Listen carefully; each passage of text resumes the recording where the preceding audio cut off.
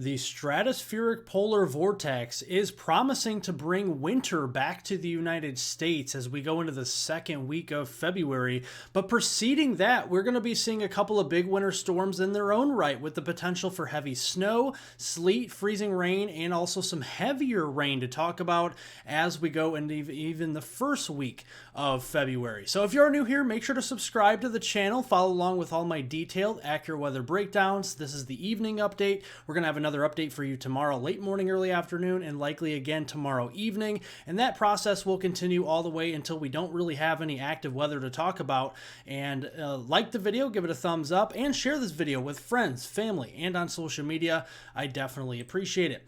Let's talk the short term. Let's look here at our low temperatures starting off on our Sunday morning on February 2nd. Here across the west, coldest up to the north into the single digits and teens, more 30s, 40s, and some 50s for lows further to the south, especially across Southern California, Arizona, and New Mexico. As we go into the Sunday afternoon, look at the vast warm-up we have across the west. A lot more 60s further north too, into Nevada, into more of Utah and Colorado as we go in towards Sunday afternoon. Now we look at the central U.S. Coldest air again further to the north. We have the teens and 20s up here into the northern plains, upper Midwest, and then we have more 30s, 40s, and 50s further to the south to start Sunday. And look where we end up Sunday afternoon. Widespread warmth here, 60s going all the way up perhaps to southwestern South Dakota, into Nebraska here, 50s in Iowa, a little bit cooler toward the Great Lakes, but still 40s over here at times. And yes, 80s return to the Lone Star State of Texas tomorrow. And then looking here at the low temperatures in the east, coldest of the air up here again into upstate New York, Vermont, New Hampshire, and Maine. Temperatures will be in the single digits below zero. Our wind chills, by the way, will start off around 15 degrees below zero from upstate New York eastward to Maine. So make sure again to bundle up if you do head outdoors as we go into Sunday morning. But here we go into the afternoon, and our temperatures as we go into Sunday afternoon will be warming quite nicely here across the Ohio Valley into the 40s and 50s, 60s, 70s down here toward the Gulf Coast in the southeast, 80s in South Florida. We're going to see a nice jump in our temperatures compared to what we've seen the past few days from Maine back into New Hampshire, Vermont, and also into upstate New York. Instead of seeing the single digits, we're going to see the teens. So the silver lining is we're going to be warming up as we go into Sunday afternoon. Let's look here at the temperatures and the trends for our temperatures as we go through this upcoming week, the first week of February. Notice across the Pacific Northwest and the Northern Plains, also southern Canada, that's where the coldest of our temperature anomalies will be. And then the warmest of temperature anomalies will be from Texas all the way towards the mid-Atlantic. And by the way, some of these days, especially early on during this week, on the Monday 3rd, maybe Tuesday the 4th time frame from Texas to the mid-Atlantic, we could be seeing near record or even record high temperatures being broken in some of these areas. So definitely keeping an eye on that. Let's talk the big winter storm across the west. Yes, this is a big atmospheric river known as the Pineapple Express, and this is likely to bring some very heavy moisture into Northern California, such as you see this evening. Already seeing very heavy rain and a lot of snow there for the Sierras. And as we go into daybreak on Sunday, a lot of rain continuing as that fire hose of moisture continues through the day there on Sunday, going into Sunday night, and even the start of the work week on Monday. Notice a lot more snow for far Northern California, but also Oregon. That translates eastward into Idaho, into Montana, into portions of Wyoming as well. And it doesn't stop there. So as we go into through the day on Monday, the fire hose of moisture continues. The Pineapple Express continues on Monday, Tuesday. It'll migrate a little bit further south. So more central California by midweek on Wednesday, February 5th, we'll start to see more moisture in the form of rain and heavy snow. And then that will move eastward, and then a little bit more moisture as we finish off the week on Thursday the 6th and Friday the 7th. And finally, by this time next weekend, we could be talking about some drier weather, thankfully, for most of us across the West Coast. How much moisture are we seeing? In the form of rainfall, liquid precipitation, we could be seeing upwards to 2 feet of rain. This is very significant for Northern California. I know a lot of these areas out west have been dry, but this is significant moisture in just a week time. So this could cause some flash flooding concerns and some significant flash flooding concerns in some areas, especially along the foothills there. You know, the valleys in California, a lot of hilly terrain that could run off mudslides and even avalanches, especially when we see the heavy snow here. We could be seeing upwards of 160 inches of snow between now and next Saturday on February 8th, especially for the Sierras here, but also parts of the Cascades, into the Rockies, Idaho, Montana, Wyoming, Nevada, Utah, and even Colorado, seeing a lot of heavy snow in the higher elevations through next weekend.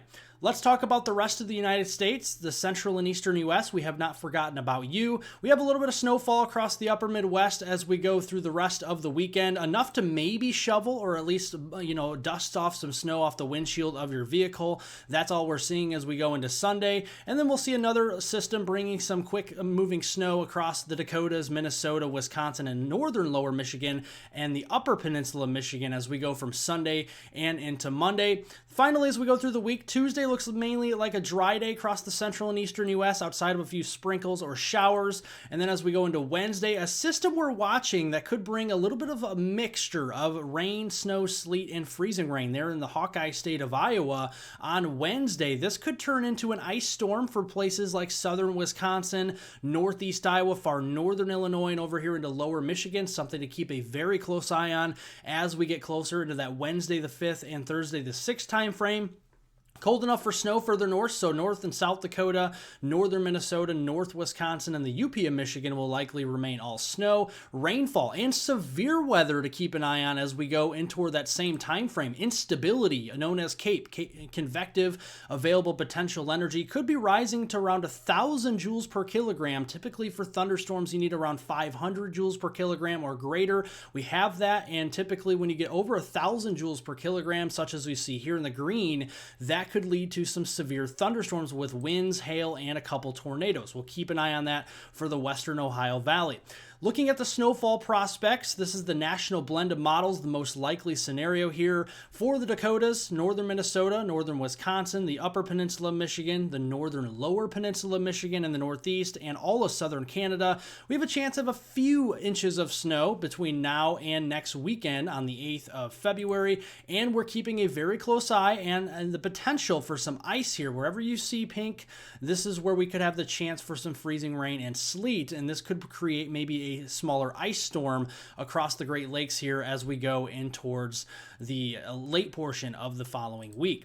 Let's talk about the Stratospheric Polar Vortex. A lot of this winter so far, we have been dealing with the Tropospheric Polar Vortex that's been anchored near the Hudson Bay. That's what's been driving our cold air for January. Now, when you start to talk about the Stratospheric Polar Vortex, a lot more in conjunction, a lot more goes into it than you think. So looking here currently, you're just seeing a lot of green and blue, and you're like, what is this? Well, this is the Stratospheric Polar Vortex. We're looking up in the stratosphere. And what this is it's strong. So when it kind of looks like more of a bowling ball and it's kind of balled up here into the Arctic, that is strong polar vortex. And a strong polar vortex doesn't bring cold air. Notice down here in the lower 48, lots of oranges. That's why right now, currently, we have milder air. Watch what the Stratospheric Polar Vortex does by the middle of next week, by Wednesday the 5th. Notice how it kind of stretches. Like I mentioned earlier in today's video, it stretches out like a rubber band, right? And that's going to bring some colder air down into Canada, maybe the northern tier of the United States as we go into later next week. That's why we have those colder anomalies in Canada and the Pacific Northwest and the northern tier of the United States. Then after that, watch what happens by next weekend. We start to see a ridge build over here in Eurasia. That is warming the stratosphere. When you have a warming stratosphere, that is what you call a sudden stratospheric warming event, and this could actually cause the polar vortex to split, as you have a ridge also developing on the other side over here in the Aleutian Islands and up here into the Arctic. So that could cause the polar vortex to split. Europe and then eventually the United States would get cold, and this could be severe cold as we go into the second week of February, but especially the second half of February. So going into the second week of February into the medium to long term here, you can see Saturday, February 8th through the following Saturday, February 15th. Look at the deeper greens and blues and purples showing up here. This is some severe cold that's being advertised on the European ensemble guidance, and that will squash that ridge of mild air that we have seen across the Gulf Coast and up the East Coast as we go into that second week of February.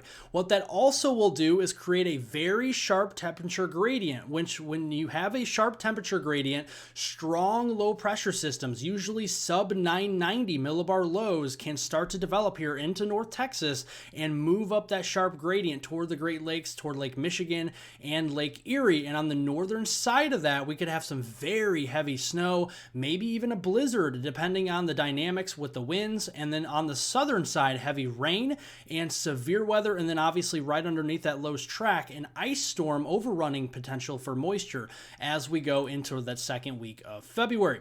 Let's outline this by looking at a couple operational models. This is the European model here at 12Z today. Does show a second ice storm potential or winter storm across the upper Midwest as we go into next weekend. That is something that is keeping us in mind as well as we continue to watch not only the first storm by the middle of next week, but the next weekend system as well. So there's two already. And then watch what happens as we go in towards the second week of February. Notice it has very strong cyclogenesis over here on the lee side of the Rockies, and it builds a big winter storm, perhaps a blizzard for places like the Midwest, the Great Lakes, and the Ohio Valley. Now, I will caution you this.